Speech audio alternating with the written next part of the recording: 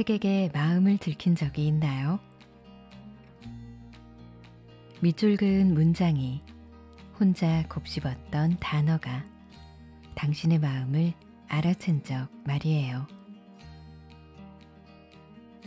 감명받은 문장이 있으시면 퓨리턴 도서관에서 추억의 북마크를 만들어 드립니다.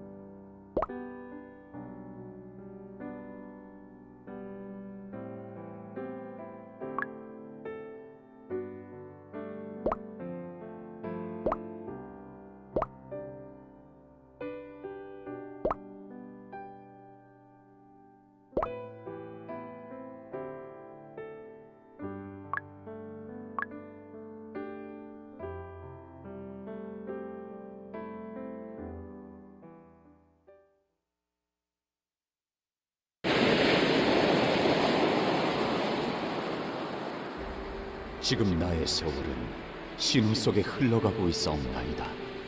당신만이 나의 위로이시며 주님이시며 내 영원한 아버지시니이다. 당신 사랑의 불로 정화되고 녹아내려서 당신과 하나 되기까지 나는 질서를 알 수 없는 시간 속에 산산이 부서져 있고, 나의 저 깊은 심령은 생각들, 곧 나의 여러 가지 혼란스러운 것들로 인해 산산이 찢기고 있나이다. 흩어진 사랑, 질서 없는 혼돈 속에서 내가 누군지 알았을 때, 나 엄숙하도록 존귀함을 알았을 때, 하나님, 죽은 내 마음에 생명의 숨길 불어넣으셨다. 나를 지으신 이가 구원하셨으니 잘못된 사랑 때문에 나는 게을렀던 거다. 생명은 모든 죽음에 항거하고 사랑은 나태한 마음에 항쟁의 횃불을 든다.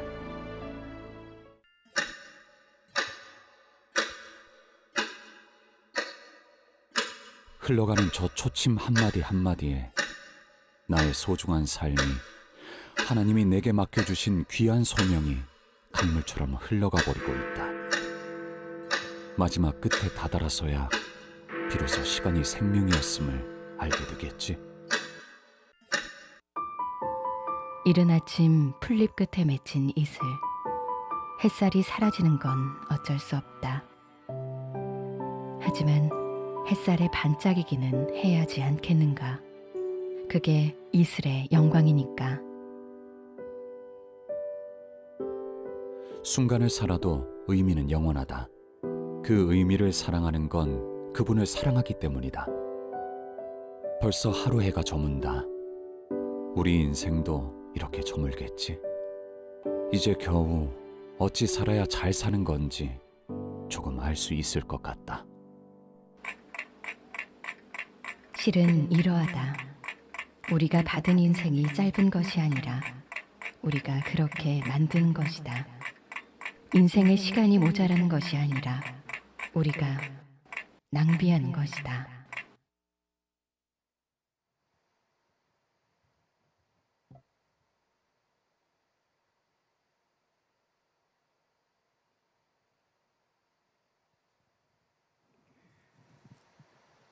인생을 어떻게 살 것인가에 대해서는 상반된 견해가 있어 왔습니다.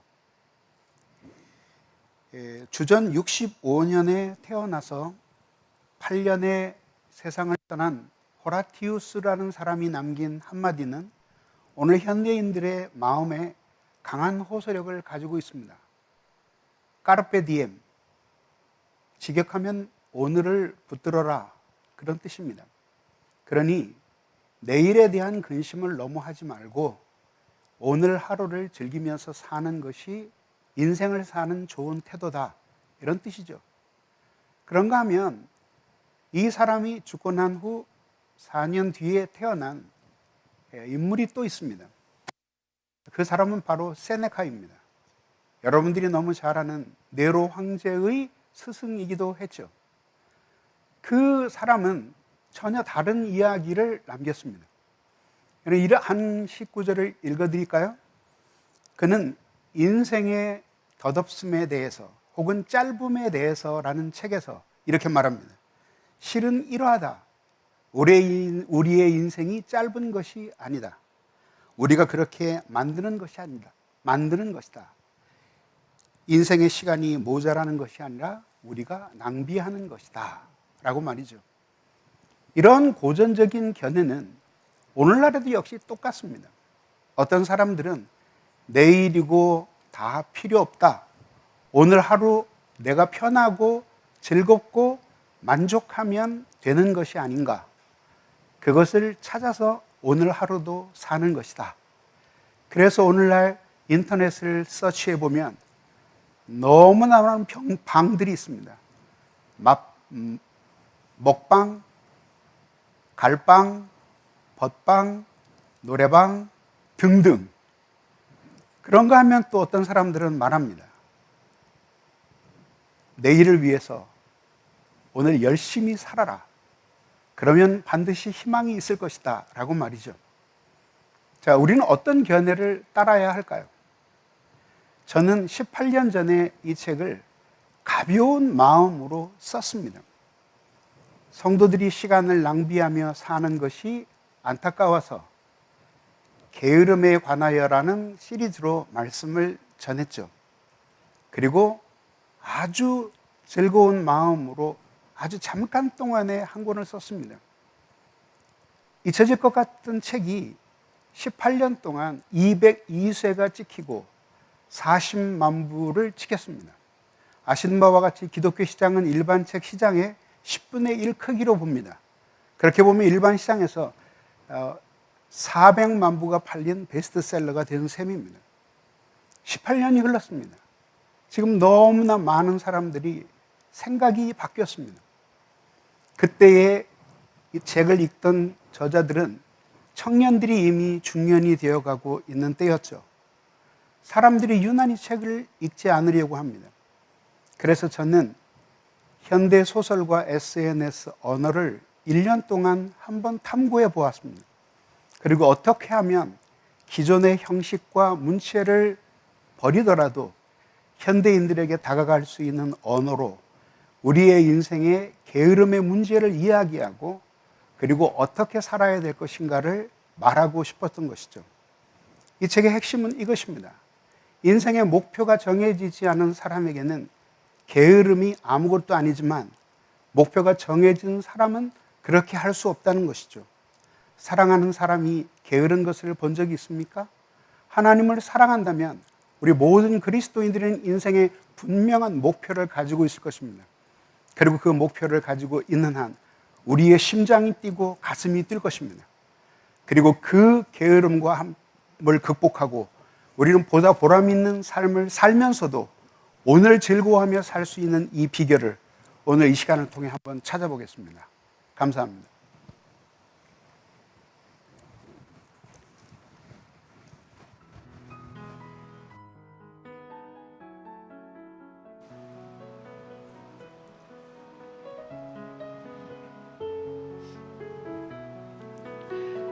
여러분 안녕하세요. 다시 게으름 북콘서트에 오신 모든 여러분을 주님의 이름으로 환영합니다. 저는 극동방송 아나운서 박세나라고 합니다. 반갑습니다.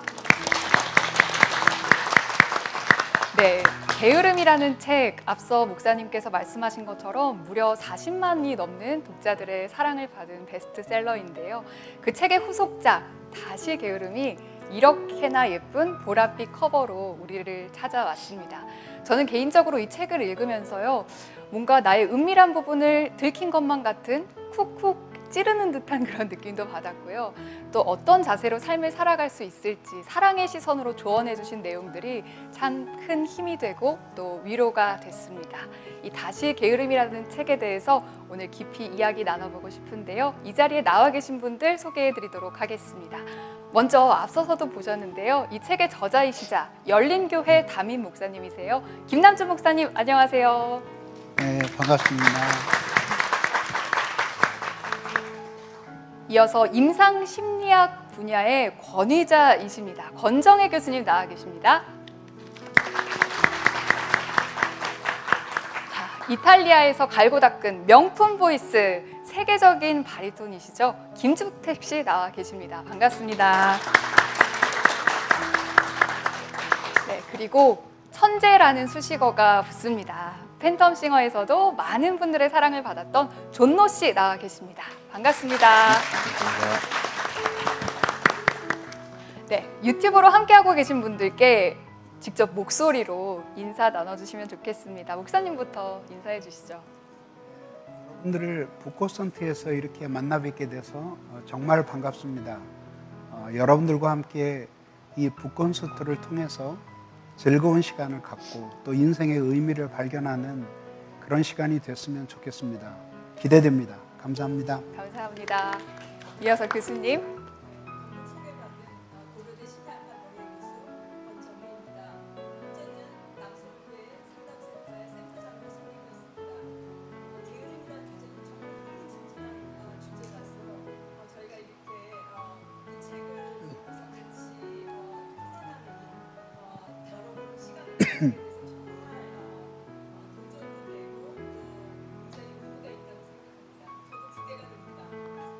반갑습니다. 이어서 김주택 씨 인사해 주세요. 네, 여러분 안녕하세요. 오페라 가수로 활동하고 있고 크로스오버 그룹 미라클라스로 활동하고 있는 바리톤 김주택입니다. 반갑습니다. 정말 멋지십니다. 네, 이어서 존노 씨. 네, 안녕하세요.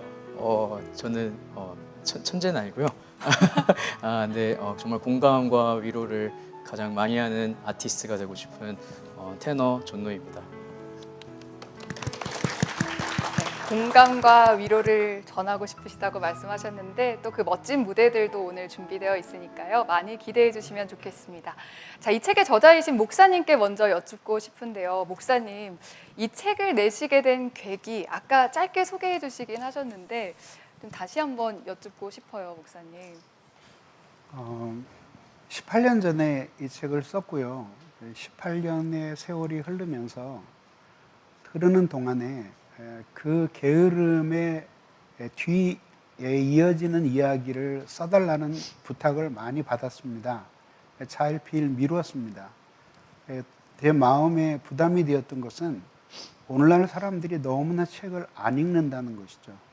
그래서 제가 한 1년 동안을 왜 그런지를 살펴보면서 두 가지 사실을 발견했는데, 이제는 사람들이 논리적인 것보다는 감성적인 것을 원한다는 것을 하나 깨달았고요.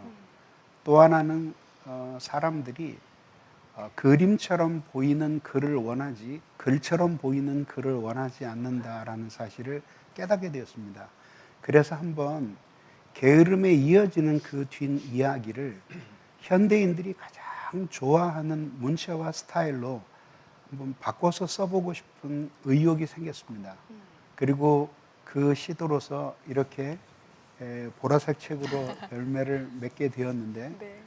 읽으시면은 여러분들이 게으름의 정체에 대해서 깨닫고 아마 다시 보람 있는 인생을 살 수 있을 것이다, 그렇게 생각합니다. 정말 그렇습니다.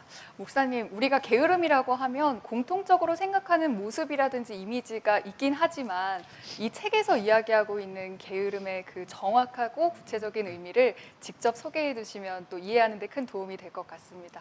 게으름 어떤 의미일까요? 네, 일반적으로 국어사전적으로 게으름이라고 하면은 움직이기를 싫어하고 일하기를 좋아하지 않는 버릇, 그래서 웬만해서는 고치지 못하는 그런 버릇을 가리킵니다. 우리말에서 쟁이와 버릇이 있죠. 쟁이는 어떤 기술에 익숙해진 사람이고, 뱅이는 운명처럼 거기에 매여서 벗어날 가망성이 없는 사람들을 가리킵니다. 주정뱅이, 그 다음에 게으름뱅이, 이런 말을 사용하지 않습니까? 결국은 성경적으로 보면은 이 게으름은 정체가 빗나간 자기 사랑입니다. 그래서 결국은 하나님을 사랑하는 사람은 하나님이 보시기에 절대로 게으를 수 없다. 그래서 하나님이 우리에게 늘 노동만 시키는 건 아니지만은, 그러나 분명한 사실 하나는 사랑하면서 게으를 수 있는 사람은 없다. 그런 점에서 성경을 알고 기독교 복음의 진리를 발견하면 그 사람은 인생의 목표를 갖게 되기 때문에 누가 야단치지 않아도 스스로 부지런해질 수밖에 없다. 성령이 그렇게 하신다고 저는 생각합니다. 네. 목사님께서 이렇게 게으름에 대한 정의 정확하게 또 설명을 해주셨는데요. 그럼 이어서 심리학자이신 우리 권 교수님의 말씀을 들어보도록 하겠습니다. 교수님께서는 학생들을 가르치시는 선생님이시기도 하시고요. 또 여러 연구를 하신 연구자이시기도 하시고요. 가족 상담센터 소장도 하시고 참 많은 역할들을 해오셨는데요. 이렇게 상담으로 많은 분들의 마음을 만져주셨던 교수님도 게으르셨던 적 있으실까요? 물론이죠. 제가 게으름에 빠졌다고 생각한 적이 있었는데요. 저희 학과에 학과장을 하면서 저희 딸은 고3이었던 때예요. 네. 그러니까 정말 굉장히 일이 많았죠. 그런데 학교에서는 괜찮은데 집에만 오면 아무것도 하고 싶지가 않은 거예요. 그러니까 일이 정말 쌓이고 그때 이제 난 정말 게으른 사람이구나 이렇게 생각했었어요. 그런데 얼마 지나고 난 다음에 제가 깨달은 것이 있는데, 그것은 게으름이었다기보다는 번아웃에 더 가깝다 이렇게 생각이 된 거예요. 네. 그러니까 게으름이라는 것은 목표 지향적인 행동을 포기하거나 회피하는 것이고요. 번아웃이라고 할 때는 목표 지향적인 활동을 하다가 너무 지쳐서 잠시 그런 활동을 하지 못하게 된 상태다 이렇게 말할 수 있을 것 같아요. 네. 그렇죠? 그렇군요. 네. 그렇다면 우리가 정말 게으름의 다양한 모습들이 있고 네. 또 거기 그 중심에는 다양한 원인들이 있을 것 같아요. 네. 어떤 일을 미룬다거나 계속 네. 나태해지고 네. 더 눕고 싶고 더 자고 싶고 이런 네. 모습들, 다양한 원인들이 있을 것 같은데 심리학적인 원인들 좀 몇 가지 소개해 주세요. 그러니까 겉으로 나타나는 모습은 상당히 비슷하죠. 노력을 기울이지 않고 해야 할 일을 계속 미루면서 빈둥빈둥거리고 있지 않습니까? 그런데 그런 게으른 행동을 하게 되는 내면의 심리는 조금씩 다 다르다 이렇게 말씀드릴 수 있을 것 같아요. 어떤 사람은 실패에 대한 두려움 때문에 게으름에 빠질 수가 있어요. 그러니까 내가 무슨 일을 했을 때 그 결과가 좋지 않을 거라고 생각하는 거죠. 그러니까 시작도 안 하고 열심을 내지 않는 거죠. 그런가 하면 어떤 분들은 또 굉장히 높은 기준을 자기한테 이렇게 부과하기 때문에 그러니까 저희가 그럴 때 아마 완벽주의다 이런 말 많이 쓰는 것 같아요. 그런데 완벽주의 성향을 가지고 있을 때 또 사실 게으른 행동으로 나타날 수가 있어요. 제가 상담했던 어떤 가정주부분이 있었는데 이분이 제일 큰 문제가 집안일을 전혀 하지 않고 내팽겨쳐 놓고 설거지도 안 하고 온 집안에 물건들이 막 쌓여 있다는 것이었어요. 이분하고 상담을 하다가 깨닫게 된 것은 이분이 어떤 일을 철저하게 완벽하게 하지 않으면 하지 못하는 것보다 나쁘다 이렇게 생각하고 계셨으니까 이분은 설거지도 집안일도 시작도 안 하셨던 거죠. 그렇죠? 그런가 하면 무기력감에 빠져서 게으른 분들도 있어요. 말하자면 내가 아무리 노력을 해봐도 소용없다. 이렇게 이제 무기력하게 느끼시는 거죠. 그러니까 의욕도 없고 또 사실은 거기에 약간의 우울감도 있는 것 같아요. 그래서 저희가 수포자, 과포자, M포 세대 이런 얘기 하잖아요. 그렇죠? 포기 많이 해요. 네, 네. 뭐 이런 것뿐만이 아니고 여러 가지 요인이 있어서 게으름에 빠지게 되는 것 같아요. 그러니까 그 내면의 심리가 무엇인가 하는 것을 좀 더 자세하게 살펴봐야 될 필요가 있겠죠? 네, 그렇습니다. 심리학적으로 너무 완벽하게 잘하고 싶어서 아예 시작조차 하지 않는다 이런 부분도 있다는 것이 좀 인상 깊게 다가왔는데요. 이렇게 심리학적인 게으름의 원인도 살펴봤습니다. 이제 김주택 씨와 존노 씨의 이야기도 들어보고 싶은데요. 김주택 씨, 우리 교수님 말씀 들으시면서 이거 내 얘긴데 하는 부분 혹시 있으셨어요? 꼭 집어서 그렇게 말씀해 주셔서 이게 제 인생을 같이 보셨나 할 정도로 아, 정말요? 꼭 찔러서 이렇게 말씀해 주셔서 좀 놀랐습니다. 네, 그래서 어떤 점이 놀랐냐면 성악가 입장에서는 게으름과 정말 인연이 깊다고 해도 과언이 아닐 정도로 좀 다른 기악 연주자들하고 좀 다른 점이 있는데 아, 네. 좀 핑계를 많이 쉽게 댈 수 있는 그런 전공인 것 같아요. 오. 왜냐하면 연습을 하기 싫다, 뭐 아니면 그런 시간을 투자하기 싫다 그러면 핑계를 많이 댑니다. 목이 아프다던가 네네. 뭐 감기가 걸렸어요. 아. 목소리가 안 나와요. 그렇게 하는데 그런 것들이 제가 학교 다니면서 조금 썼던 스킬들이 아니었나 그러면서 약간 좀 이렇게 찔리기도 했고 네. 그런데 이제 성악가 입장에서 봤을 때 게으름이라고 생각하는 것은 레파토리인 것 같아요. 네. 저희가 이제 노래하는 곡들 그런 종류들인데 학교 다닐 때나 이럴 때 이제 배워왔던 것들을 성인이 돼서까지 그 똑같은 레파토리로 계속 이렇게 돌려서 반복되는 반복되는 그런 레파토리를 쓰는 제 자신이 어느새부턴가 그렇게 느껴지는 거예요. 그래서 네. 이러면 내 발전이 없고 내 스스로가 성악가이면서도 이게 게으름을 피고 있구나.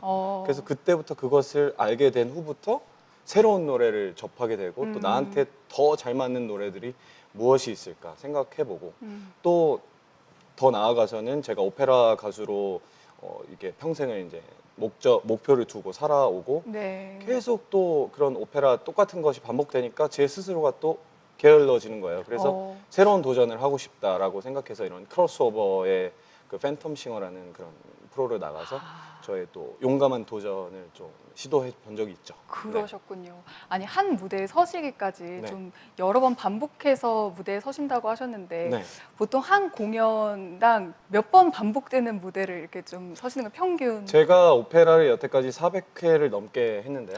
400회요. 네, 그 중에 제가 제일 많이 했던 오페라 작품이 세빌리아 이발사입니다. 네. 로시니 작곡가의 오페라인데 그 작품만 180회를 넘게 했어요. 와. 그 정도로 계속 이게 반복이 됩니다. 그래서 네. 참 뭐 물론 장인 아까 목사님께서 말씀하신 노래쟁이가 되는 거잖아요. 네. 그래서 그런 면에서는 괜찮지만 이게 계속 반복하다 보면 약간 매너리즘에 빠질 수도 있고 해서 그런 것을 좀 새롭게 찾는 것들을 많이 깨달은 것 같아요. 네, 내가 게으르고 있구나. 네. 그러셨군요. 근데 사실 게으르다고 하셨지만 그 정반대 대척점에 있는 치열함, 엄청 네. 치열하셨기 때문에 네. 이런 것도 경험하시게 되는 게 아닐까 싶은데요. 맞습니다. 이탈리아에서 유학을 하셨었잖아요. 네. 몇 년 동안 계셨었어요? 제가 정확히는 2005년에 처음 나가서 이 팬데믹이 있기 전까지 네. 활동을 계속하고 한 16년 동안 와. 이탈리아에서 공부를 하고 활동을 와, 했는데 네. 정말 치열하죠. 왜냐하면 자리는 한정돼 있고 거기 자리에 쓰고 싶은 성악가들은 무수히 많기 때문이죠. 네. 근데 이제 그 치열함 속에서 제가 그 게으름을 계속 뱅이로 노래 뱅이 게으름 뱅이 이렇게 살았다면 이런 좋은 무대에서 쓸 수 있는 기회가 없었을 텐데 네, 맞아요. 노래쟁이로 살고 이렇게 멋진 그런 뭐라 해야 될까요? 그런 멋진 것들을 계속 갈구하고 이런 목마름을 이제 다 찾고 하니까 네. 이렇게 되지 않았을까 맞습니다. 하는, 생각이 아니 듭니다. 우리 김주택 씨가 어떤 인터뷰를 보니까요. 후배들에게 이런 조언을 많이 하신대요. 준비된 사람만이 자신감을 가질 수 있다. 야, 정말 대단하시죠? 본인이 경험했기 때문에 또 후배들에게도 이런 말씀을 해주신 게 아닐까 싶은데요. 그만큼 정말 치열하게 준비하셔서 멋진 무대를 보여주시는 우리 세계적인 바리톤 김주택 씨 이야기 들어봤습니다. 이어서 존노 씨께도 여쭤보고 싶은데요. 존노 씨는 원래 신학을 하시려다가 성악 공부를 좀 다른 동료들보다는 늦게 시작하시게 됐다고 들었어요. 예. 저는 사실 중학교 3학년 때 이제 신학을 공부하려고 중3 때요? 네, 이제 와. 가게 됐어요. 네, 근데 네. 미국에서 이제 그렇게 지내고 있다가 그때는 또 동양인이 저밖에 없었어가지고 학교에 어떻게 하면 좀 친해질 수 있을까 하다가 이제 합창단에 들어가자. 그래서 이제 합창단에 들어가게 되고 네. 그때 이제 이런 좀 웨스턴 그 서양 음악 그런 거에 좀 빠지게 되고 네. 합창도 하다 보니까 이제 어떻게 또 신학을 공부하는 저로서는 그게 너무 이제 노래하는 게 너무 좋은 거예요. 네. 그래서 저희 또 노래를 좀 열심히 하다 보니까 저희 합창단이 이제 좀 그 바티칸에 초대가 바티칸이요? 돼서 오. 교황 앞에서 네. 이제 합창을 하는 그런 자리까지 올라가게 오, 돼가지고 네. 근데 또 그때 저희가 불렀던 게 푸치니의 메사디 글로리아라는 네. 오라토리오인데 그래서 푸치니에 대해서 공부를 막 했었어요 저희 학교에서 이제 고등학생으로서. 네네네. 와, 네. 근데 그걸 찾다 보니까 유튜브에 이제 파바로티가 그 네순도르마라는 그 오페라 아리아를 부르는데 네. 그걸 보고 그 밑에 댓글창에 당신의 목소리를 들으니 하나님이 있다는 것을 믿게 되었습니다. 네. 라는 그 댓글을 보고 나도 이렇게 하겠다. 그렇게 사명 비전을 얻어서 그래서 그때 이제 시작을 했는데 그때가 이제 고등학교 3학년이었죠. 고3 때요. 네, 그래서 그때 또 막 좀 주위 사람들한테 혹시 뭐 선생님이 없냐 이렇게 좀 이렇게 여쭈고 다니다가 또 저희 고모께서 그 베트남 쌀국수를 먹는데 네. 그 서빙하시는 분의 목소리가 너무 좋아서 네.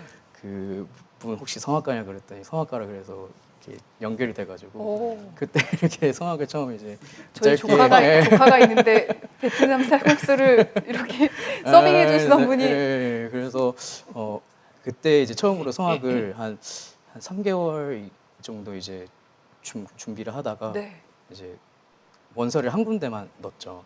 제가 그때 메릴랜드에 살고 있었는데 거기 존스 홉킨스 피바디 음대가 네. 있어서 거기만 놓고 나머지 이제 신학교들을 넣었었어요. 그래서 만약에 이게 제가 되면 이게 네. 주님의 뜻이다 하고 와. 이제 성악을 시작하는 거고 아니면 이제 신학을 하자라는 그런 마음이었습니다. 그런 네. 스토리가 있으셨군요. 네. 야, 여러분 박수 한번. 아, 그러셨군요.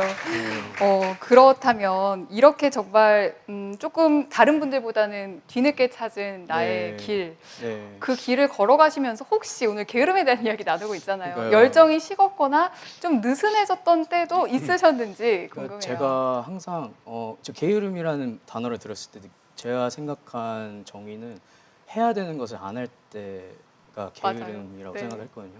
근데 너무 간절하게 원했던 게 노래였기 때문에 노래하는 거에 있어서는 게을렀었던 적이 없었던 것 같아요.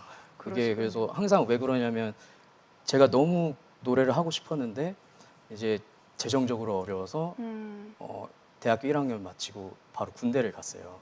한국으로 들어가서. 그래서 2년 동안 이제 노래를 못하는 상황이었고 그게 너무 간절했었고 그래서 제 탱크병이었는데 이제 탱크 안에서 이제 노래 잠깐 하고 막 그런 식으로 이렇게 이제 버티고 그러다가 이제 그랬는데 또 이제 제가 또 미국 학교에서는 군 휴학이 없어서 군 휴학이 예, 한국에밖에 없는 한국에밖에 건가요? 없어서 저희가 잘린 거예요.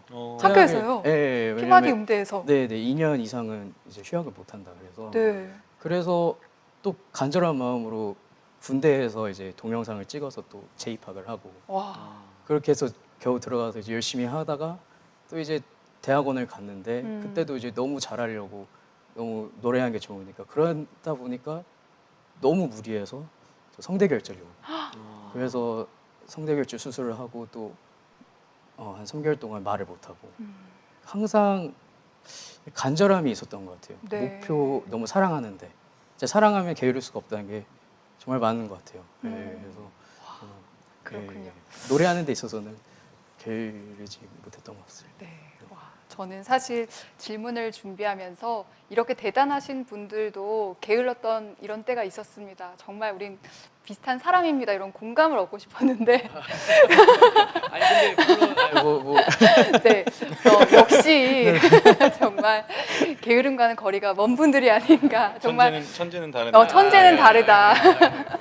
라는 그런 생각이 듭니다. 자, 이제 바리톤 김주택 씨께서 우리를 위해서 멋진 무대 준비해 주셨다고 하는데요. 김주택 씨 어떤 곡이신가요? 네, 제가 준비한 찬양은요. 믿음의 고백이라는 찬양입니다. 네. 언젠가 제가 이 노래를 딱 처음 들었었을 순간이 생각이 나는데 네. 그런 것 같아요. 성악가 입장에서는 저의 그런 고백 이런 것들을 뭐 목사님께서는 설교 말씀이나 이런 책으로 아니면 교수님께서는 학생들에게 가르침으로 이렇게 표현한다고 하면 성악가 입장에서는 노래로 표현하는 게 맞다고 저는 그렇죠. 생각하거든요. 네.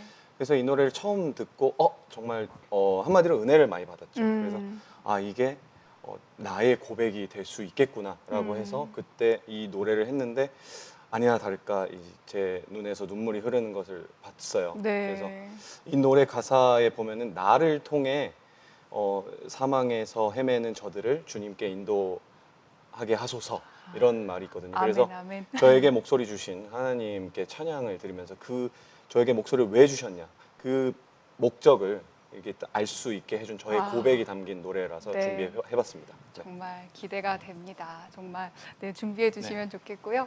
정말 귀한 목소리로 하나님께 고백을 올려드린다고 합니다. 우리가 그 가사에 집중하면서 이 세계적인 바리톤, 이탈리아에서 수입했다라는 그 영상 문구가 있었는데 한국에서 수출했습니다. 네. 김주택 씨의 공연 박수로 청해 듣겠습니다.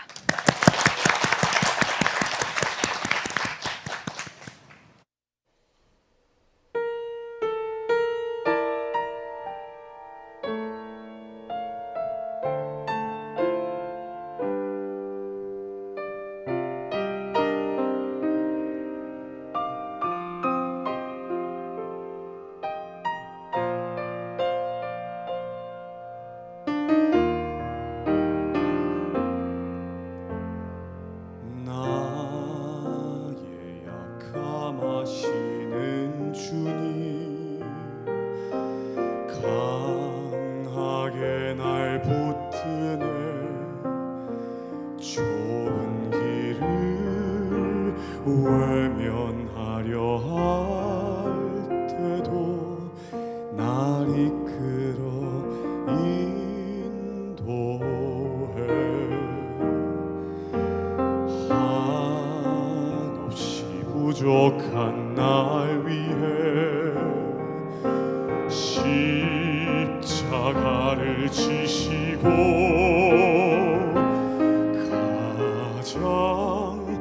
귀한 생명을 주시는 그 놀라운 주의 사랑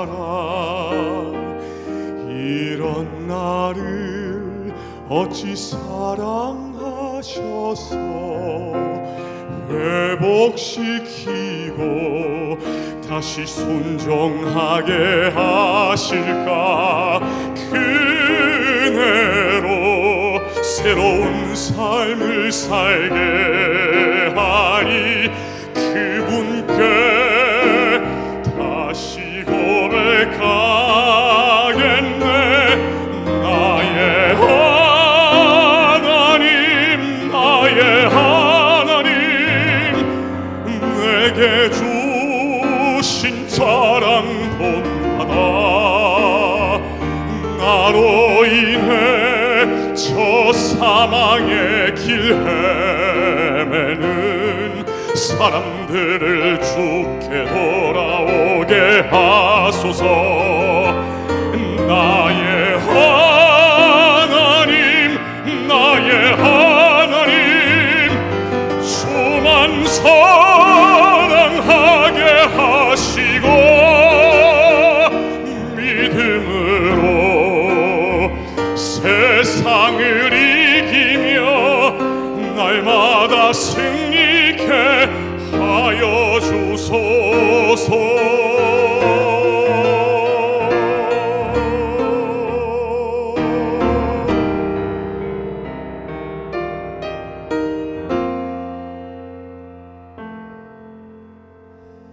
이런 나를 어찌 사랑하셔서 회복시키고 다시 순종하게 하실까. 은혜로 새로운 삶을 살게 하니 그분께 다시 고백하겠네.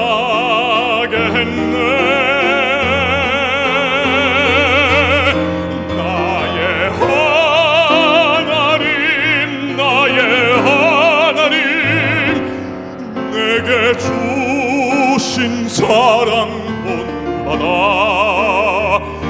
나로 인해 저 사망의 길 헤매는 사람들을 주께 돌아오게 하소서. 나의 하나님, 나의 하나님, 주만 사랑하게 하시고 믿음으로 세상을 이기며 날마다 승리케 하여 주소서.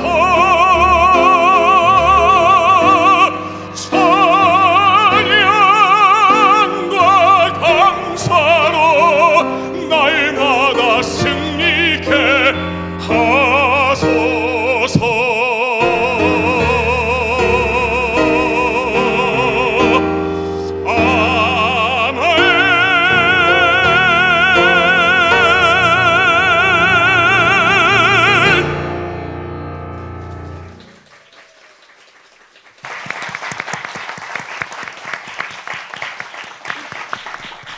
자, 저희가 이렇게 화답하면 좋겠어요.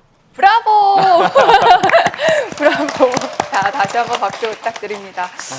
네, 정말 감동 있는 무대 네. 감사합니다. 고맙습니다.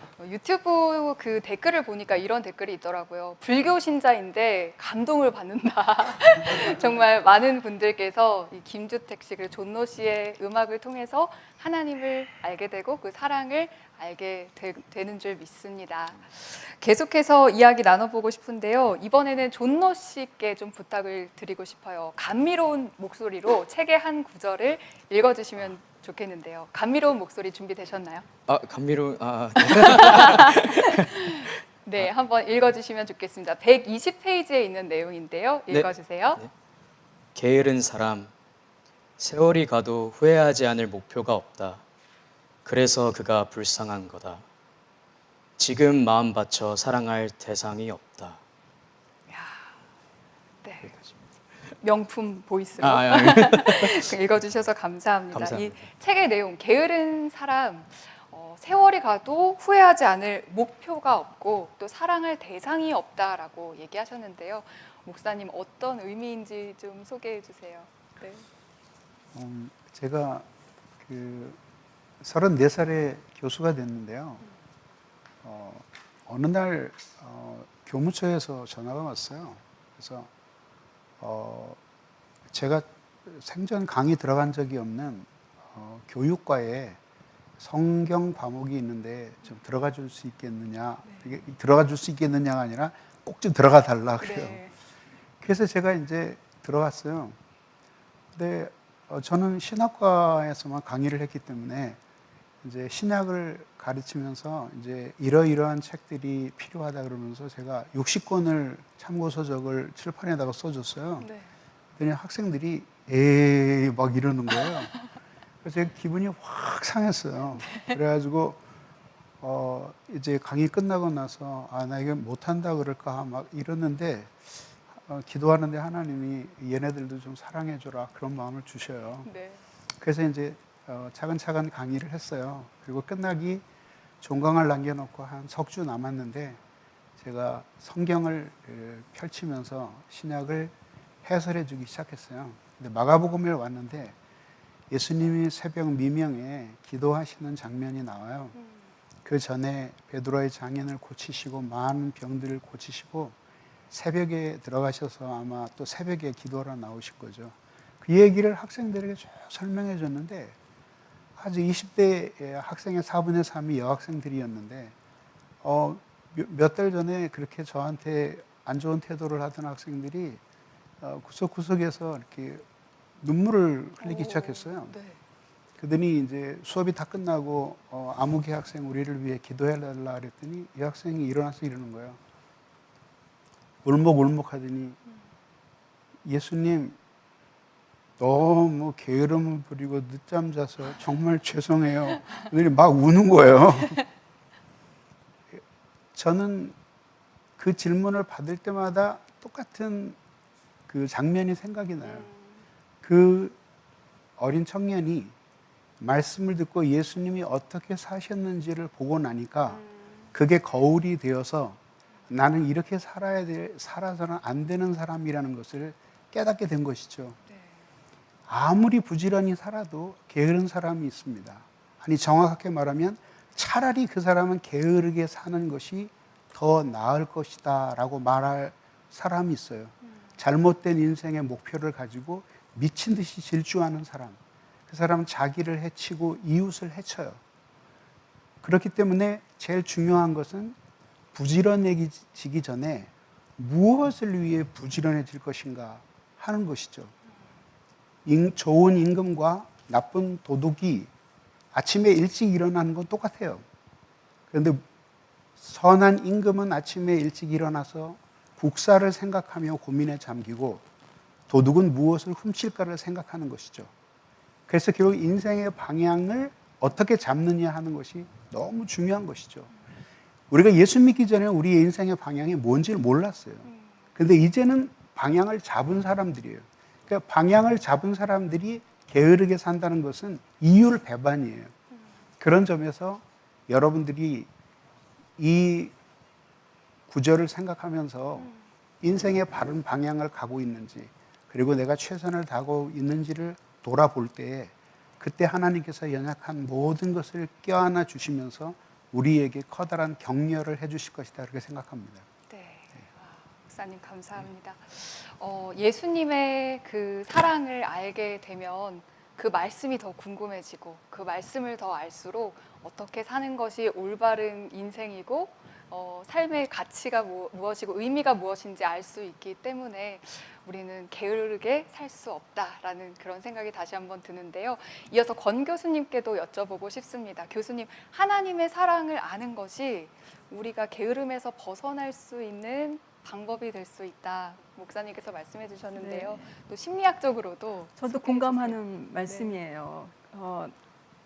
아까 이렇게 이제 게으름에 빠지게 되는 여러 내면의 심리가 조금씩 다르다 이런 말씀을 드렸는데 사실 그런 여러 가지 다른 특징들을 관통하는 이 공통적인 부분이 있는데 바로 저는 낮은 자존감인 것 같아요. 네. 그런데 저희가 하나님의 눈으로 저희를 보면 저희를 지으시고 또 구원해 주시고 사랑하시는 그 하나님의 눈으로 저희를 본다면 낮은 자존감을 가질 수가 없어요.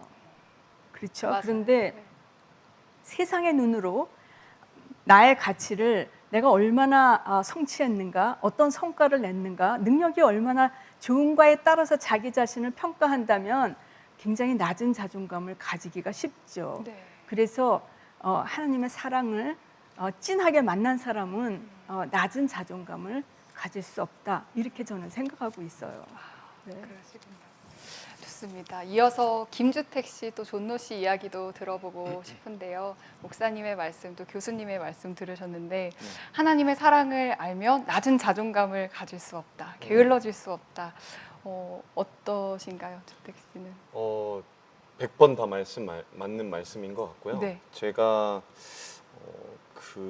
뭐라고 해야 될까요? 정말 제 자신에 대해서 자존감이 낮게 느껴졌을 때가 있었거든요. 있으셨어요? 유학 시절 당시에. 네.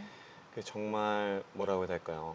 세상에 저 혼자 남아져 있는 것 같고 진짜 나는 아무것도 아닌 존재인 것 같고 하나님이 나를 버리신 것 같다라고 할 정도로 많은 안 좋은 일들이 겹쳐서 이제 제 인생에 찾아왔는데 그때가 고작 23살이었어요. 야. 22, 23. 네. 유학 나간 지 한 3, 4년 차 됐던 해였는데 그때 진짜 이런 말씀 드리기 좀 그렇지만 극단적인 생각도 하게 되고 그렇게 좀 안 좋은 시기를 보냈는데 그 교수님께서 말씀하셨듯이 자존감이 낮아지니까 이게 사람이 아무것도 하기 싫더라고요. 정말 빨래도 제 키만큼 쌓여 있었고 설거지도 안 해서 정말 그 세균들이 막 번식하는 그런 상황 속에서 세균 번식까지. 예. 좀 위험한 발언인가요? 아닙니다. 아무튼 뭐 청소도 안 해서 먼지가 집안에 가득하고 근데 그걸 보고도 치워야 되겠다는 생각이 안 들더라고요. 예, 그러니까 참 자존감이라는 것이 참 중요하다. 네. 그리고 성악가로서 그 자존감을 이렇게 높여줄 수 있는 것은 무대밖에 없다고 저는 생각하거든요. 네. 결국엔 그 슬럼프, 자존감이 바닥을 쳤을 때 그 시기를 이기게 해줬던 것이 저는 그 무대고 노래가 아니었나 저는 생각해 봅니다. 그렇군요. 네. 그 무대 서시기까지 또 하나님께서 주시는 사랑, 네. 하나님께서 주신 위로도 있었을 것 같은데요. 당연히 있었죠. 네, 하나님께서 좀 나를 깊이 이렇게 만져주셨을 때, 깊이 위로해 주셨을 때 네. 언제가 있으셨을까요? 그때랑 또 이어지는 그 스토리인데요. 네. 그때 당시에 하나님이 저한테 직접적으로 저한테 터치는 하지 않으셨던 것 같아요. 네. 근데 대신에 주위에 있는 사람을 통해서 하나님께서 역사하시는 걸 제가 느꼈는데 네. 그것도 이탈리아 분한테 와, 네. 제 이제 교수님이셨고 와. 학교에 이제 네. 국립음악원의 남자분이셨나요? 여자분이셨어요. 여자분이셨어요. 네. 그래서 어릴 때 이제 나가서 그 고등학교 3학년 때 존노도 느낄 거예요. 네. 그 중3 때 나갔는데 저는 고등학교 3학년 때 나갔거든요. 네. 그래서 정말 그 고향에 대한 향수와 친구들과 놀고 싶고 그다음에 부모님이 또 보고 싶고 그런 나이잖아요. 네. 그래서 근데 그 교수님이 여자 교수님이셨는데 이렇게 풍채가 좀 있으신 교수님이셨어요. 그래서 네. 저한테 이런 말씀을 하시더라고요. 그때 슬럼프 당시 제가 학교도 안 가고 막 농땡이를 치고 막 연락 두절되고 네. 이랬는데 딱 문자 하나가 왔어요. 선생님한테. 주태가 너가 나를 찾아오지 않으면 내가 너를 찾아갈 것이다. 이렇게 했는데 진짜 찾아오신 거예요. 야, 제가 학교를 거의 한 3달 동안 안 나갔어요. 3달 동안요. 네. 3달 동안 안 나갔는데 진짜 띵동 하고 누르고 오셨는데 제가 마지못해 문을 열었는데 선생님이 보자마자 화를 내실 줄 알았는데 저를 이렇게 감싸 주셨는데 네. 그때 그 느꼈던 그 뭐라 해야 될까요? 어머니의 품? 약간 그런 거를 이탈리아 그 교수님한테 여자 교수님께 느껴가지고 그때 이것이 내 자존감을 좀 높여줄 수 있고 하나님께서 이 교수님을 통해서 저에게 역사하셔서 너는 혼자가 아니다라는 것을 저한테 주시는 메시지가 아니었나. 네, 그래서 그분 때문에 제가 이 자리에 있지 않나 생각해 봅니다. 네. 맞습니다. 하나님의 사랑, 사람을 만나게 하시고 네. 그것도 만남의 복이라는 이야기 우리가 하는데요. 그렇게 또 하나님의 사랑을 느끼셨군요. 우리 존노 씨께도 여쭤보고 싶은데요. 책에 한 구절이 있어요. 게으름, 그분은 나를 사랑하시고 나는 그분을 싫어하는 증거란다. 하나님은 나를 사랑하시는데 나는 그분께 관심도 없고 싫어한다는 표현이 조금 극단적일 수도 있지만 예. 이런 경험이 있으셨는지 궁금해요. 저는 일단 사랑의 반대말은 헤이트가 아니라 무관심인 것 같아요. 무관심. 네, 항상 하나님은 무조건적인 사랑으로 저를 지켜봐주고 있었는데 저는 그걸 몰랐던 거죠. 근데 그게 저는 이제 유학을 이제 하면서 사실 저의 좀 집안 내력이 좀 많이 좀 특이해요. 네. 다 이제 뭐 중조할아버지가 순교하셨고 이제 다 할아버지 목사님, 아버지 목사님 목회자 집안이시죠. 다 그렇게 네. 있어서 마치 하나님이라는 존재는 저한테서 그냥 삼촌 같았어요. 언젠가는 제 고향 가서 이제 만날 삼촌. 네, 그런 좀 되게 친근한 그런 그냥 뭐 교회 뭐 가서 집중 안 해도 언제든 만날 수 있는. 조카니까 뭐 봐주시겠지 뭐 이런 이런 항상 그렇게 느꼈거든요. 근데 이제 또 혼자 유학을 가니까 제가 이제 그때 좀 유일한 동양인이기도 하고 그래서 뭔가 그런 은따라는 게 있어요. 좀 은근히 좀 따돌림을 당했었는데 네. 그래서 밥을 같이 먹자고 하는데 같이 먹자고 말도 다 했는데 막상 그 자리에 애들이 없고 그래서 그냥 혼자 근데 또 그냥 화장실에 가가지고 네. 그냥 연기 위해서 그냥 혼자 밥 먹고 좀 그랬던 네. 그랬던 기억들이 있는데 그래서 하나님을 더 찾게 된 것 같아요. 그래서 멀어지기보다 더 찾게 네, 되셨군요. 왜냐하면 친구가 없으니까 그래도 하나님이 유일한 친구지 하고 그때 교회를 좀 더 가고 그 열심히 하니까 그때 하나님께서 저를 찾아와 주신 것 같아요. 늘 하나님은 저를 보고 있었는데 저는 다른 것에서 그 하나님의 그 부족했던 사랑을 찾으려고 했었던 그래서 그때서부터 이제 시작이 되었던 것 같아요. 그렇군요. 네. 음악 활동에도 이 하나님의 사랑 그리고 네. 내가 살아가는 이 방향에 많은 영향을 미치셨을 것 같은데요. 하나님께서 나에게 주신 비전이라든지 네. 목표 같은 것들이 있을 것 같은데요. 네, 전 뭐 항상 찬양을 하려고 이제 성악을 시작한 거고 그리고 늘 하나님을 찬양할 때 또 물론 노래할 때 물론 행복하지만 또 찬양할 때 그 감사함이 있어요. 네. 그래서 그 감사함을 이제 좀 잃지 않고 정말 하나님께서 주신 사명, 비전, 하나님 저희 삼촌 다시 만나러 갈 때까지 네, 제가 노래하고 싶습니다. 찬양하고 싶습니다. 좋습니다. 네. 삼촌 저 왔어요 하는 그날까지 네, 찬양할 때 감사함을 느끼시고 또 기쁨을 느끼신다 말씀하셨는데 저희도 같이 감사하게 되고 저희도 기쁘거든요. 이렇게 귀한 목소리로 함께 찬양을 올려드릴 수 있다는 사실이요. 존노 씨께서 준비해 주신 곡이 있다고요. 네, 그 히즈윌의 CCM인데 그 사랑 안에는이라는 네. CCM입니다. 네, 이게 보면 정말 자존감이 낮아지고 게을러지는 이유가 또 어떻게 보면 목표가 없잖아요. 근데 그 목표를 갖기 전에 그 두려움인 것 같아요. 그러니까 그런 두려움을 하나님의 그 무조건적인 사랑, 그 품어주는 사랑으로 이겨내자는 그런 메시지가 담겨 있고 또 오늘 이런 자리에 어울릴 것 같아서 네, 사랑 안에는 찬양을 준비했습니다. 좋습니다. 자, 두려움을 물리치는 가장 큰 힘 바로 사랑이 아닐까 싶은데요. 오늘 사랑 안에는 이라는 곡을 테너 존노 씨께서 준비해 주셨습니다. 여러분 큰 박수로 맞아주시죠.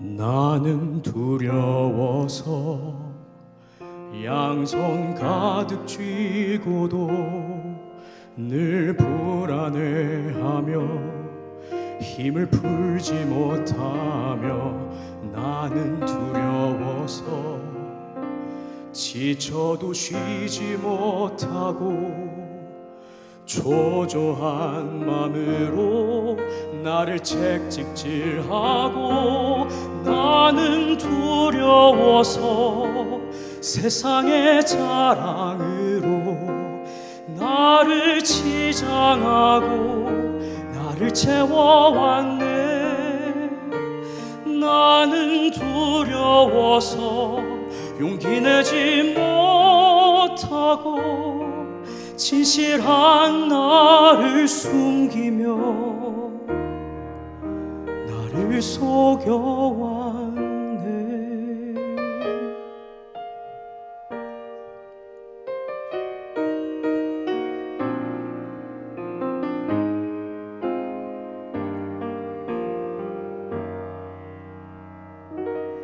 나는 언제부터 두려워진 것일까?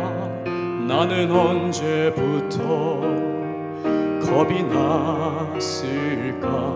나는 어디에서 쉼을 찾을 수 있나? 나는 어디에서 참 평안 얻을 수 있나? 사랑 안에는 두려움이 없고 온전한 사랑이 두려움을 내쫓나니 내 모든 두려움 주께 가져가리라. 아픔도 눈물도 너가 지리라.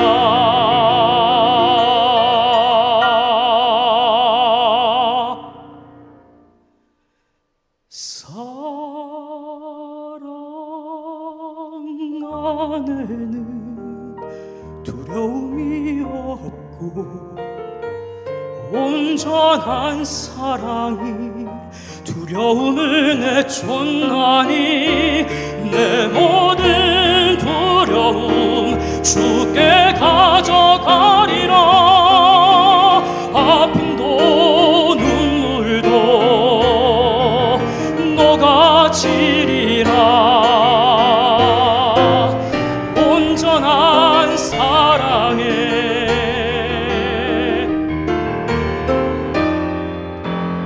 평안 얻으리.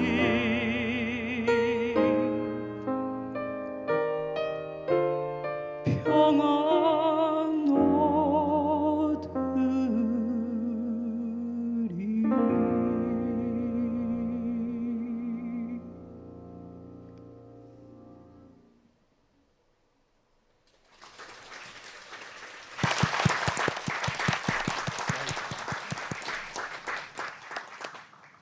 이 노래의 가사처럼 우리의 눈물, 슬픔, 아픔 이 모든 것들을 녹아들게 만드는 하나님의 온전한 사랑이 오늘 함께 하시는 모든 분들께 느껴지셨으면 좋겠습니다. 느끼고 계시죠, 여러분? 네. 네, 좋습니다. 자, 이어서 목사님께서 책 한 구절을 읽어 주실 텐데요. 목사님 준비되셨을까요? 네. 목사님께서 생각하시기에 정말 꼭 함께 나누고 싶다 하는 구절 있으실 것 같아요. 에필로그입니다. 네, 에필로그. 네, 책의 그 마지막 그 부분인데요. 이번에 감미로운 목소리로 네. 네, 읽어주시면 좋겠습니다. 성악가들만큼은 아니지만 네. 최선을 다해보겠습니다. 꽃잎이 떨어진다. 길과 하늘 사이를 연분홍 빛으로 물들이던 벚꽃들. 그 꽃들은 피어있는 때가 아니라 허공에 흩날리는 시간이 절정이다. 생명을 끝내며 떨어지는 꽃잎들의 떼춤은 낙화암에서 떨어지는 삼천궁녀가 아니다. 경사스러운 날 밤하늘에 장렬하는 불꽃놀이다. 수많은 관객들이 환호해도 무대에 막은 내릴 것이다. 이 길 끝에서 내 인생의 막도 내릴 것이다. 하나님, 내 영혼을 받으소서. 인생나무 꽃잎 되어 떨어지는 순간 아무나 이런 기도를 드릴 수 있을까? 잘 살려고 애쓴 사람만이 그럴 수 있으리라. 하나님의 사랑으로 그렇게 산 사람. 아, 그때 나도 한 장의 예쁜 꽃잎이 되고 싶다. 그대도 나와 함께 푸른 하늘에 나부끼는 어여쁜 꽃잎이 되어지이다. 살아야 할 이유가 죽을 이유만큼 분명한 사람으로 사소서. 그래야 그대 행복할 것이기에. 저 멀리 아이들 뛰노는 소리, 어느새 봄날이 저물어 가는군요.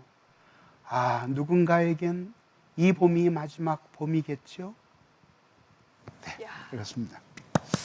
네, 한 장의 아름다운 꽃잎이 되고 싶다. 네. 네, 또 삶을 마무리하는 그런 상상도 해보게 되고요. 하나님을 만나게 될 그 날을 또 떠올려 보게 됐는데 이 구절을 좀 가장 중요하게 생각하셨던 이유가 있을까요? 태어난 게 시작이고 이 세상에서 죽는 것이 마지막이라면 한창 때는 청춘이겠죠. 그렇지만 만약에 태어난 것으로 시작하고 우리가 영원한 하나님의 나라에서 사는 것이 우리의 목적이라면 사실 그 절정은 이 세상을 떠나는 때가 아닐까 그렇게 생각합니다. 사람이 죽을 때에는 의학자들에 의하면은 사람이 죽을 때 아주 큰 쾌락을 느낀답니다. 몸에 저장되어 있던 모든 엔돌핀이 죽는 그 순간에 확 솟구친대요. 마찬가지로 우리가 죽는 그 순간이 사실은 꽃잎이 되어서 하늘에 흩어지는 시간이라고 생각합니다. 그때를 정말 화려하게 맞이하기 위해서는 오늘 우리가 어떻게 살아야 할까요? 우리 모두 한번 생각해 봅시다. 네. 좋습니다. 계속해서 이어가 보겠습니다. 책의 한 구절을 또 제가 한번 읽어드리고 싶은데요. 이런 내용이 있어요. 같은 시간을 살아도 그 시간을 무엇을 하며 어떻게 채우는지에 따라 세월을 아낄 수도 낭비할 수도 있다라는 그런 구절, 목사님께서 해주신 말씀처럼 정말 이 짧은 인생을 우리가 어떻게 낭비하지 않고 아끼면서 살 수 있을지에 대해서 고민하게 만드는 문장인 것 같은데요. 권 교수님, 이 부분에 대해서 인생의 선배로서 우리가 어떻게 좀 이 인생을 아끼면서 의미 있게 살 수 있을지에 대해서 소개해 주세요. 네, 사실 정말 인생을 굉장히 바쁘게 또 치열하게 열심히 살아왔다고 생각하지만 목사님 말씀하시는 것처럼 정말 가치 있게 살아왔는가 생각해 보면 찔리는 구석이 많아요. 그런데 그런 가운데서도 그래도 가치 있는 일은 뭘 했을까 생각을 해보니까 제가 저의 인생의 목표는 그 마음에 병이 있는 분들을 치료하고 회복시키고 또 그분들의 인생을 세워주는 그런 일을 하고 싶다고 생각했는데 대학에 들어와서 강의하고 또 연구도 하고 학생들도 지도하고 굉장히 바쁜 가운데서도 소수지만 계속해서 상담을 해왔던 것, 그것은 그래도 아주 조금 가치 있는 일을 계속해서 이어왔다. 약간 위로가 되는 부분이에요. 네. 그렇지만 여전히 좀 더 가치 있는 일을 하면서 살았어야 되는데 이런 후회와 아쉬움이 더 많다. 이렇게 말씀드리고 싶어요. 네. 교수님 실제로 느껴지시기에도 삶이 참 짧구나 이런 생각 드세요? 물론이죠. 정말 눈 깜짝할 사이에 지나는 것 같아요. 그렇군요. 네. 맞습니다. 저도 30대인데요. 30대로서 어떤 두 분 앞에서 무슨 말을 할 수 있겠느냐마는 정말 왜 이렇게 시간이 빠른가 네, 라는 생각이 듭니다. 두 분도 느끼고 계실 텐데요. 이 짧은 인생 좀 가치 있게 살고 싶으실 텐데 어떤 데에 더 시간을 많이 써야겠다, 더 아끼면서 살아야겠다라는 생각을 갖고 계신지 궁금하거든요. 주택 씨. 저도 30대인데요. 네. 인생이 참 빠르다라고 느끼는 게 이제 어떻게 보면은 저도 어릴 때부터 저의 인생의 목표 그리고 인생의 가치를 향해서 그 먼 타국을 나가서 공부를 하겠다고 나간 거잖아요. 네. 근데 벌써 이렇게 뭐라 해야 될까요? 시간이 흘러서 제가 목표로 삼았던 것들을 하나씩 성취해 나가면서 그 저가 꿈꾸던 인생의 가치를 이루어 나갔다라고 했는데 참 어려운 것 같아요. 이게 말로 표현드리기가 왜냐하면 그런 것 같아요. 그 인생의 가치라는 것은 아까 목사님이 처음에 말씀해 주셨던 것처럼 그 사람이 죽는 것이 그 인생의 클라이막스가 되고 그 다음에 이제 영원히 사는 것을 믿으면 그렇게 네. 된다고 말씀하셨잖아요. 그런 것처럼 이름을 남기는 게 아니라 저는 이 인생에서 어떻게 살았는가 그것을 좀 후배들에게 그리고 남아있는 사람들에게 제 자식들에게 좀 남겨주고 싶은 마음이 네. 있죠. 네. 충분히 지금 거기에 잘하고 가치를 두고 싶어요. 네, 충분히 네. 너무 잘하고 계신 거 아닌가요? 감사합니다. 정말 또 찬양할 수 있는 무대에 정말 많이 서시더라고요. 네, 네. 이런 지금 말씀해주신 부분과도 연결되는 부분인 맞습니다. 것 같은데요. 네, 더 많이 하나님을 찬양하고. 네, 제가 하나님께 받은 목소리, 이 음. 목소리로 많은 영혼들을 구원할 수만 있다면 그것이 저의 인생의 가치가 아닐까 생각해 봅니다. 너무 멋지십니다. 박수 한번 주세요, 여러분. 네, 존너 씨도 이 짧은 인생 네. 어떻게 살고 싶다. 저는- 이런데 시간 더 많이 쏟아야겠다라는 생각 네. 있으신가요? 저는 일단 노래하기 위해서 하나님께서 저를 택해 주신 것 같고, 그래서 정말 노래를 정말 열심히 하고 또 하나님께 찬양 드리고 영광 돌리는 그런 삶을 계속 살고 싶어요. 그래서 네. 제가 항상 말하는 게 슬퍼할 때 더 슬퍼하고 기뻐할 때 더 기뻐해주는 그런 공감을 잘하는 아티스트가 되고 네. 싶다는데, 그게 결국 하나님의 마음이거든요. 아. 그게 저로 통해서 그 하나님의 마음이 좀 전달됐으면 네. 좋겠습니다. 좋습니다. 두 분의 팬클럽 이름이 힐링존 주택 단지 맞나요? 네. 주택 단지에서 정말 많이 이렇게 하나님의 힐링을 느끼시는 여러분이 되셨으면 좋겠습니다. 자, 주택 단지 힐링존 두 분이 또 우리를 위해서 멋진 무대 준비해 주셨다고 들었는데요. 어떤 곡인지 소개 부탁드립니다. 네, 저희가 불러드릴 곡은 김효근 선생님의 삶이 그대를 속일지라도라는 곡, 한국 가곡입니다. 네. 정말 좀 위로를 해주는 좀 힐링송이라고 저는 생각하고요. 사실 저는 이 노래를 저희 주택이 형님이 예술의 전당에서 부르는 걸 보고 네. 너무 은혜 받았고 그때 펑펑 울어가지고 오. 그때 그 주택이 형님 처음 뵙자마자 제가 네. 그 얘기를 했어요. 정말 너무 감사하다고. 어. 그리고 이 노래를 네. 같이 부를 수 있다는 거 정말 야. 감사하고 또 하나님께 영광 됐으면 좋겠습니다. 네, 하나님 안에서 너무 멋진 두 분의 모습인데요. 그래서 이 네. 노래의 노랫말이 네. 그 러시아 시인 푸시킨이라는 네. 시인의 또 노래를 한국말로 옮겨와서 맞아요. 또 네. 가사가 또 좋은 메시지가 있습니다. 좋습니다. 삶이 그대를 속일지라도 두 분 준비해 주시면 좋겠고요. 이 시간 북콘서트 이제 거의 마무리 단계로 가고 있는데 두 분의 정말 멋진 하나님 안에서의 이 우정이 느껴지는 무대 여러분 박수로 또 함께 청해 듣도록 하겠습니다.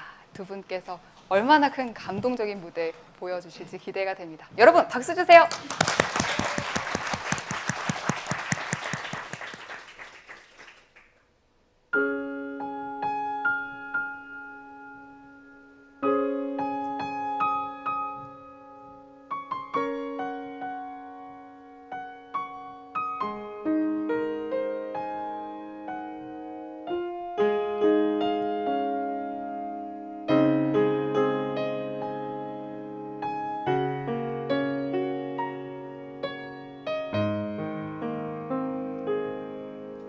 삶이 그대를 속일지라도 슬퍼하거나 화내지마 슬픈 날들을 참고 견디면 즐거운 날들 오리니 세상이 그대를 버릴지라도 슬퍼하거나 화내지마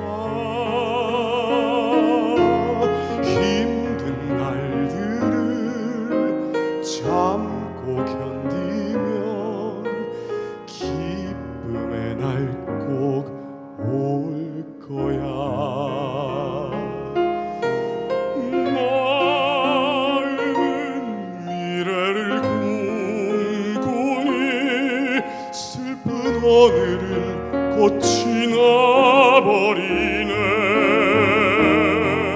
걱정 근심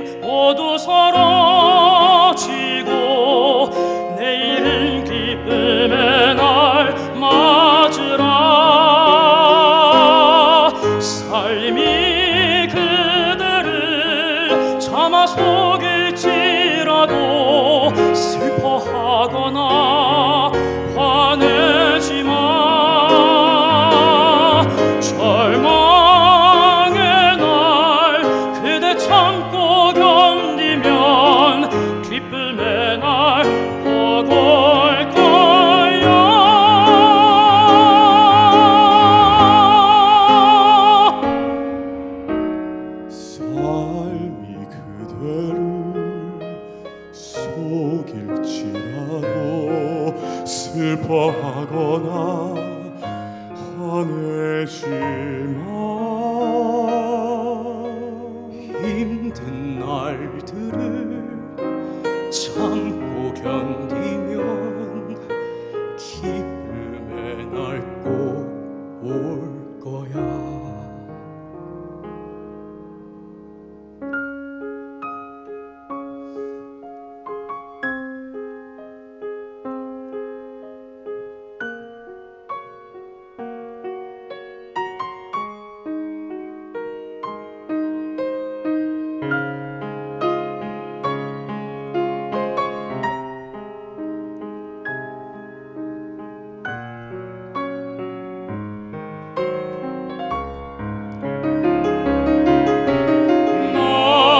마음은 미래를 꿈꾸니 슬픈 오늘은 곧 지나버리네. 걱정 근심 모두 사라지고 내일은 기쁨의 날 맞으라.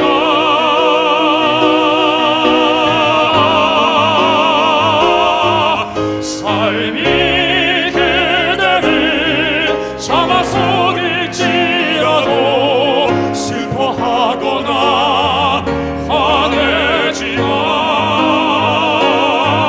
절망의 날 그대 참고 견디면 기쁨의 날 얻을 거야.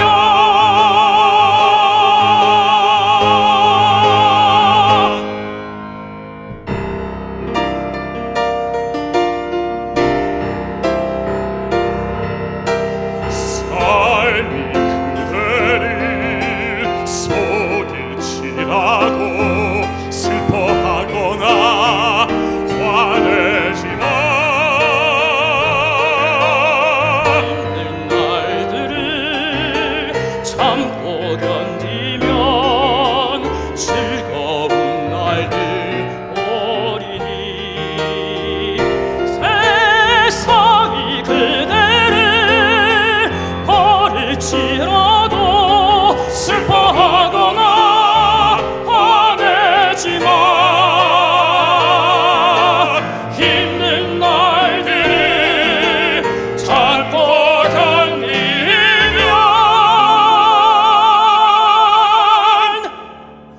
기쁨의 날 꼭 올 거야.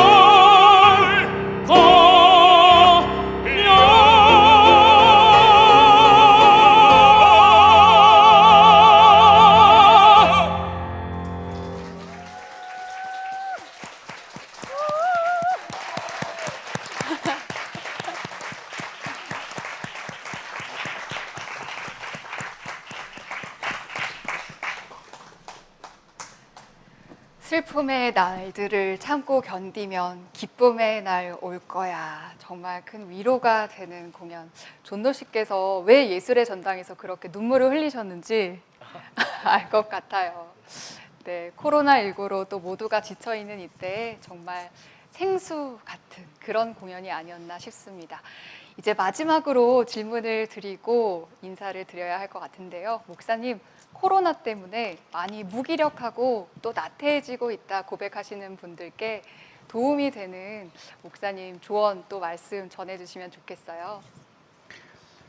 예, 코로나 때문만이겠어요. 인생 자체가 고통의 바다인데 맞아요. 괴로운 날이 왜 없겠어요. 여러분은 이런 질문에 대해서 어떻게 생각하세요? 인생 다 살고 이제 죽을 때가 됐는데 하나님이 이렇게 제안을 하시는 거예요. 권정혜야, 네가 선택할 수 있다. 바로 천국에 올래? 한번 아기로 한번 태어날래? 그럼 교수님 어떻게 답변하시겠어요? 저 천국에 가고 싶을 것 같아요. 이게 이제 인생의 철이 들었다는 뜻입니다. 예, 저는 하나님이 만약에 너 다시 한번 태어나 볼래 하면 하나님이 저를 사랑하시면 그런 일은 하지 마십시오. 이렇게 말씀드리고 싶어요. 한 번으로 충분한 인생이죠. 인생이 고통의 바다라는 사실을 우리가 받아들여야 돼요. 그런데 제가 여러분들에게 말씀드리고 싶은 것이 있습니다. 힘들고 어려운 때가 있잖아요. 근데 정말 못 견디겠으면요, 집에서 곰곰이 생각해 보세요. 나를 너무 사랑하기 때문에 나의 이 아픔과 힘든 거를 공감해 줄 사람이 있다고 생각되면 그 사람만 찾아가세요. 그리고 귀에다 대고 나 너무 힘들어 얘기하세요. 그러면 그 사람이 아마 그 여 교수님처럼 안아줄 거예요. 사랑하기 때문에 많은 말을 하지 않아도 따뜻하게 전해줍니다. 근데 다른 사람에게는 얘기하지 마세요. 그 사람들 듣는 사람 중 95%는 여러분의 힘든 이야기에 별로 관심 없어요. 그러면 5% 정도는 그 고소하다 그럴지도 몰라요. 결국은 이게 현실이에요. 그래서 결국 해결책이 뭐냐 하면은 언제든지 내가 찾아가면 내 이야기를 다 들어주고 그리고 내가 다 말을 못해서 울음을 확 쏟아놔도 그냥 따뜻하게 안아줄 그런 누군가가 필요한 거예요. 저는 그분을 하나님의 품에서 찾았어요. 그리스도에게서 발견했어요. 두 번째는 인간이 살아가려면은 자기가 할 일이 있어야 됩니다. 하고 싶은 일. 그것을 발견하고 거기에서 보람을 느끼며 살 수 있어야지 그것을 인생이라고 말할 수 있지 않을까요? 그리고 마지막 세 번째는 사랑할 사람이 있어야 합니다. 사람으로 이 세상에 태어나서 헤아릴 수 없는 사람에게 분에 넘치는 사랑을 받아도 그 사람은 외로울 수 있어요. 근데 한 사람이라도 마음을 다해 사랑하는 사람이 있는 그 사람은 절대 생을 포기하지 않아요. 힘들어도 살아냅니다. 사랑의 힘으로. 그래서 주님이 신이 말씀하시기를 받는 것보다 주는 자가 받는 자보다 주는 자가 더 복이 있나니라고 말씀하신 것입니다. 새 힘을 얻는 비결을 가르쳐 드리죠. 삶이 무거우시죠? 사랑할 사람을 찾아보십시오. 의지할 하나님을 찾아보십시오. 반드시 새로운 희망이 솟아날 것입니다. 왜냐하면 살아있다는 것 자체가 희망이 있다는 증거이기 때문입니다. 아멘. 여러분 박수 한번 부탁드립니다. 그 사랑을 정말 모두가 경험하시기를 소망하는 마음으로 함께하고 있고요. 이어서 권 교수님께서도 오늘 게으름에 대한 이야기 나누었는데요. 실천적으로 우리가 게으름에서 벗어날 수 있는 방법들 소개해 주실 수 있을 것 같아요. 네, 그렇게 물어보시니까 게으름에서 빠져나올 수 있는 아주 첩경이 있는 것처럼 제가 이렇게 말씀드려야 될 것 같아서 참 부담스럽고요. 게으름에서 빠져나올 수 있는 그런 첩경은 없다 이렇게 말씀드리고 싶어요. 죄송합니다. 게으른 분들이 이렇게 생각하기가 쉬워요. 내가 이렇게 지금 게으름을 피우고 있지만 내가 마음만 먹으면 금방 일어날 수 있다. 금방 변할 수 있다. 이렇게 생각하는 경우가 굉장히 많은데요. 어떤 게으름에서 빠져나오는 과정에 드는 시간과 노력을 과소평가하기가 굉장히 쉬워요. 그런데 제가 많은 분들의 게으름에서부터 벗어나는 과정을 도와준 사람으로 그 과정이 그렇게 쉽지만은 않다는 거죠. 그렇지만 그렇다고 해서 불가능하다고는 말씀드리고 싶지 않아요. 그래서 제일 먼저 해야 될 부분은 게으른 분들은 그 자기가 이루어야 될 목표를 굉장히 무겁게 생각하고 거기에 눌리는 경우가 많이 있거든요. 그런데 우선은 굉장히 실행 가능한 작은 목표부터 설정하는 것이 필요한 것 같아요. 그래서 아까 제가 말씀드린 그 가정주부가 매 식사마다 설거지를 다 하고 집안을 깨끗하게 치워야 된다고 생각한다면 그것이 가능한 일이겠습니까? 그렇게 못하죠. 그렇기 때문에 그분이 할 수 있는 쉬운 작은 목표서부터 찾는 것이 제일 첫 번째 작업일 것 같아요. 두 번째로는 어떻게 실천할 것인지 하는 것을 실천할 어떤 계획을 세워야 되는데요. 게으른 분들은 늘 회피하는 것이 있어요. 그래서 그분이 회피하고 있는 그 일에 직면하는 그런 용기가 필요하다고 볼 수 있어요. 그래서 그분에 대해서 너무 오늘 많이 이야기하는 것 같지만 설거지를 철저하게 완벽하게 하지 않으니만 못하다라고 생각하시는 이분한테 식사가 끝나고 난 다음에는 이 알람을 켜고 딱 10분만큼만 설거지를 하고 그 뒤에 알람이 울리면 끝내고 자기가 좋아하는 TV를 보도록 했어요.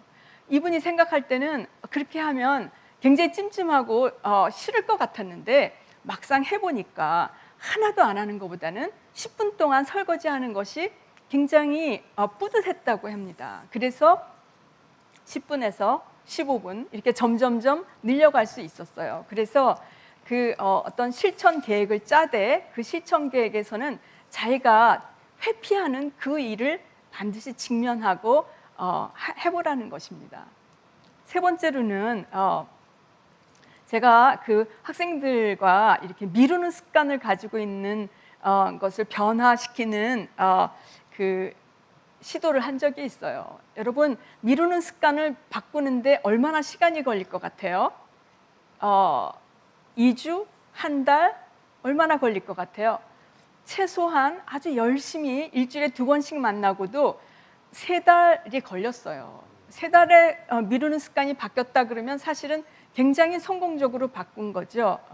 그 학생들이 그 미루는 습관을 바꾸는데 무엇이 가장 도움이 됐는가 제가 물어봤을 때 자기가 목표를 세우고 그 목표를 실천하는 과정을 일일이 모니터하면서 기록하는 것이 가장 도움이 됐다, 이런 말을 했어요. 자기 자신한테 정직하게 그 변화하는 과정을 모니터하면서 노력하는 그 과정이 있을 때 성공적으로 게으른 습관을 바꿀 수 있다는 거죠. 그 외에도 많지만 이 3가지를 말씀드리고 싶어요. 네. 네. 네. 자, 저는 이제 설거지를 10분 맞춰놓고 해보도록 해야겠습니다. 바로 실천할 수 있는 방법들 소개해 주셔서 감사하고요. 이어서 김주택 씨께서도 게으름뿐만 아니라 삶의 어려운 순간들도 슬럼프를 겪고 계신 분들께 본인만의 노하우 소개해 주시면서 또 응원의 메시지 전해주시면 좋겠습니다. 네, 교수님 말씀 들으니까 그런 분들한테 메시지 전해드린 것도 좋은데 제 네. 자신부터 이제 설거지를 좀 잘하는 집에서 집안일도 좀 하고 그런 계획을 좀 세워보고 싶네요. 네. 많은 가르침 주셔서 감사합니다. 감사합니다. 많은 슬럼프를 느끼고 있고 또 노래를 어렵게만 생각하고 앞으로 나아가야 되는데 자꾸 나아가지 못해서 좌절하는 그런 후배들에게 말해주고 싶은 말이 한마디 있는데 아까 교수님께서 말씀하셨던 거랑 거의 맥락은 비슷한 맥락입니다. 저도 제가 경험했던 그런 경험이고 일단 목표를 하나 세워요. 제가 뭐 어느 큰 극장에 서는 게 목표다. 네. 근데 20살인 저의 입장에서는 과거에는 그게 바로 하루아침에 되지 않는 목표잖아요. 네. 하지만 그 목표를 세워두고 아까 교수님께서 말씀하셨던 것처럼 작은 일들, 내 눈앞에 현실에 닿아 있는 그런 것들 있잖아요. 예를 네. 들면은 노래 공부 한 곡을 외운다던가 시험을 위해서 준비를 한다던가 뭐 음악사를 이렇게 공부해서 공부한다던가. 기억을 한다던가 이런 것들을 계속 하다 보면 어느 순간 내 모습, 내가 어디 있는가라고 딱 봤을 때 내가 20살 때 목표로 했던 그 목표에 내가 2걸음, 3걸음 다가가 있다라는 것을 느낄 수 있을 것 같아요. 그래서 네네. 절대 포기하지 마시고 게으르지 마시고 왜냐하면 게으름은 그 노래를 사랑하지 않는 겁니다. 그 노래를 아까 존노 씨가 말했던 것처럼 노래를 정말 절실히 사랑하고 또 나아가서는 하나님 목소리 주신 하나님께 영광 찬양을 돌린다는 생각으로 그렇게 사랑으로 그 노래를 생각한다면 절대로 어렵지 않고 그 노래하는 그 자체만으로도 아주 행복하고 아주 열심히 할 수 있는 그런 에너지가 될 수 있다고 저는 생각하고 화이팅! 박수 부탁드리고요. 직접 경험하셨기 때문에 또 이렇게 술술 이야기해 주신 것이 아닌가 싶습니다. 마지막으로 존노 씨도 전해주시고 싶은 메시지가 있으실지요? 저는 결국엔 모르겠어요. 해답은 진리는 하나님인데 하나님은 곧 사랑이잖아요. 그러니까 사랑인 것 같아요. 그러니까 그냥 무심하게 그냥 뭐 챙기지 않았던 것에 더 챙기고 그냥 주위 사람한테 사랑한다는 말 많이 해주고 네. 그냥 사랑합니다, 사랑합니다. 이렇게 사랑합니다, 사랑합니다. 네, 이런 사랑합니다 말을 많이 좀 전하고 그렇게 하면 동기부여도 되고 그리고 이런 게 있어요. 만약에 사랑을 받으면 받은 게 너무 좋아서 이렇게 막 다시 막 사랑을 주고 싶잖아요. 네. 네, 저도 막 그런 게 많거든요. 팬들에게 바라는 사랑도 너무 많아서 네. 정말 진심에 다해 노래하고 싶고 이런 근데 이게 좀 되게 원초적인 것 같아서 이런 굳이 노래가 아니어도 자기가 할 수 있는 거, 자기가 정말 사랑하는 것을 베풀고 사랑하고 그렇게 사랑스러운 저희 대한민국이 됐으면 좋겠습니다. 좋습니다. 오늘 게으름에 대한 이야기를 나눴는데요. 딱 한 가지 키워드를 우리가 건져갈 수 있다면 존노 씨께서 얘기해 주신 것처럼 사랑이 아닐까 싶습니다. 네, 오늘 정말 짧게 느껴졌어요. 이제 정말 인사를 드려야 될 것 같은데요. 한마디씩 인사의 한마디 나눠주시고 네, 끝을 맺도록 하겠습니다. 목사님. 네, 이렇게 늦은 시간까지 시청해 주셔서 너무 감사하고요. 결국 우리의 인생은 한 번밖에 없는 건데 오늘 자체가 저는 선물이라고 생각합니다. 왜냐하면 어제 죽은 사람이 그렇게 살고 싶었던 내일이 바로 오늘 우리가 살고 있는 오늘이잖아요. 오늘 살아있다는 건 특권이죠. 그래서 오늘 하루를 정말 보람 있게 살아서 그래서 내 인생에 이렇게 뒤를 돌아다 볼 때 정말 그 하나님께 대한 그 벅찬 감사의 찬송이 나올 수 있다면 우리의 인생을 잘못 산 건 아니다. 전 그렇게 생각합니다. 네. 여러분도 화이팅! 화이팅! 네, 교수님. 정말 선물 같은 오늘 하루를 더 가치 있는 일을 하면서 게으르지 않게 살 수 있는 자극을 제가 받아가는 것 같아요. 그래서 정말 저한테 굉장히 소중한 기회이고 또 이렇게 좋은 여러분들과 함께 자리를 했다는 것도 굉장히 오랫동안 기억에 남을 것 같아요. 아주 참 저한테는 좋은 시간이었습니다. 감사합니다. 네. 맞아요. 이어서 주택 씨.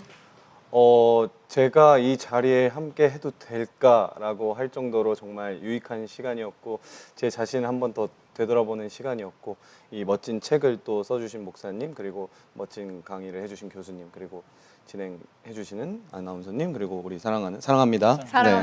사랑하는 우리 존노 이렇게 모든 분들과 함께해서 정말 행복한 그런 시간이었고요.